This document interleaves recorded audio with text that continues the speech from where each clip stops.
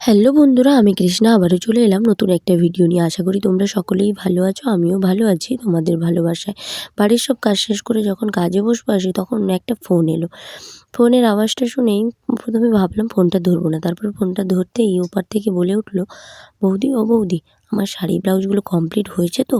তখন না ভেবেচিন্তেই বলে দিয়েছি, হ্যাঁ হয়ে গেছে। তুমি কখন আসবে? না আজকে যাওয়ার কথা ছিল, কিন্তু আজকে যাব না, কালকে যাব, কারণ আমি বাড়ি থাকবো না। আমি বললাম ঠিক আছে। তারপরে যখন ওর কাজগুলো দেখতে যাই তখন দেখি ফলস তো লাগিয়েছে, কিন্তু হাত সেলাই মারা হয়নি। ব্লাউজ লাইনিং কেটে পড়ে আছে, আর কোনো কিছুই হয়নি। তাই ঝটপট বসে গেলাম শাড়িগুলো নিয়ে। শাড়িটা ফলস করে দুটো শাড়ি এখানে কমপ্লিট করেছি। এই একটা শাড়ি, আর একটা শাড়ি তার ছিল, সেটাও হাত সেলাই দেওয়া হয়নি। তো সেটাও একটু কমপ্লিট করে ভাঁজ করে রেখে দিয়েছিলাম প্রথমেই।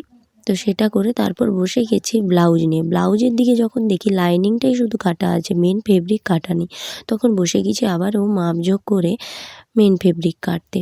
তো কোনো রকমে কাটিং করে সেলাই করব। তো শুধু মেন ফেব্রিক কাটিং করে তো ঝামেলা শেষ হবে না, তারপরে আবার লাইক্রা ফিউজিং অ্যাড করতে হবে, কারণ কাপড়টা খুব পাতলা। সে বলেই দিয়েছে যে তুমি একটু ভালো করেই বানিয়ে দিও, যেহেতু জামদানির পিস তাই লাইক্রা ফিউজিং দিতে হবে। এই যে বসে গেছি। লাইনিংয়ের হাতাটা একটু ছোট পড়ে গেছে, তাই কাপড় জুড়তে হবে। একের পর এক পরপর পার্ট কেটে নিয়ে শেষে লাইক্রা ফিউজিং অ্যাড করে সেলাইতে বসে গেছি।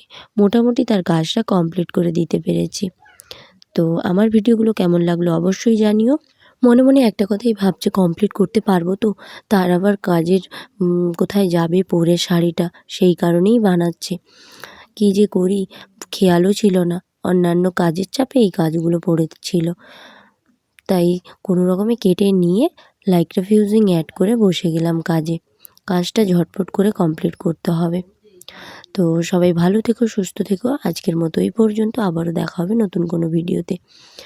আশা করি যে যেখান থেকে ভিডিওগুলো দেখছো একটা করে লাইক কমেন্ট অবশ্যই করে দিও। যদি ভিডিওগুলো ভালো লাগে তবেই সাবস্ক্রাইব করে পাশে থেকো।